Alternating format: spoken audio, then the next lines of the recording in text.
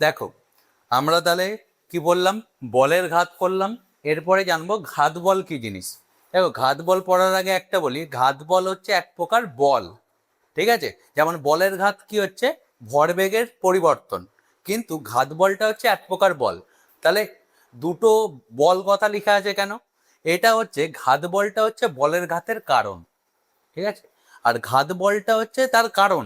ঠিক আছে, ঘাত বলটা যখন অনেকক্ষণ সময় ধরে হয় তখন সেটাকে বলা হচ্ছে বলের ঘাত।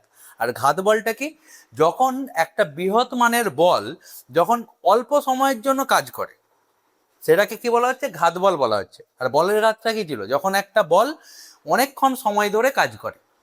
ঠিক আছে, সময়ের ব্যাপার, এখানে অল্প সময়ের কাজ করে, সেখানে বৃহৎ সময়ের কাজ করে। হ্যাঁ বল।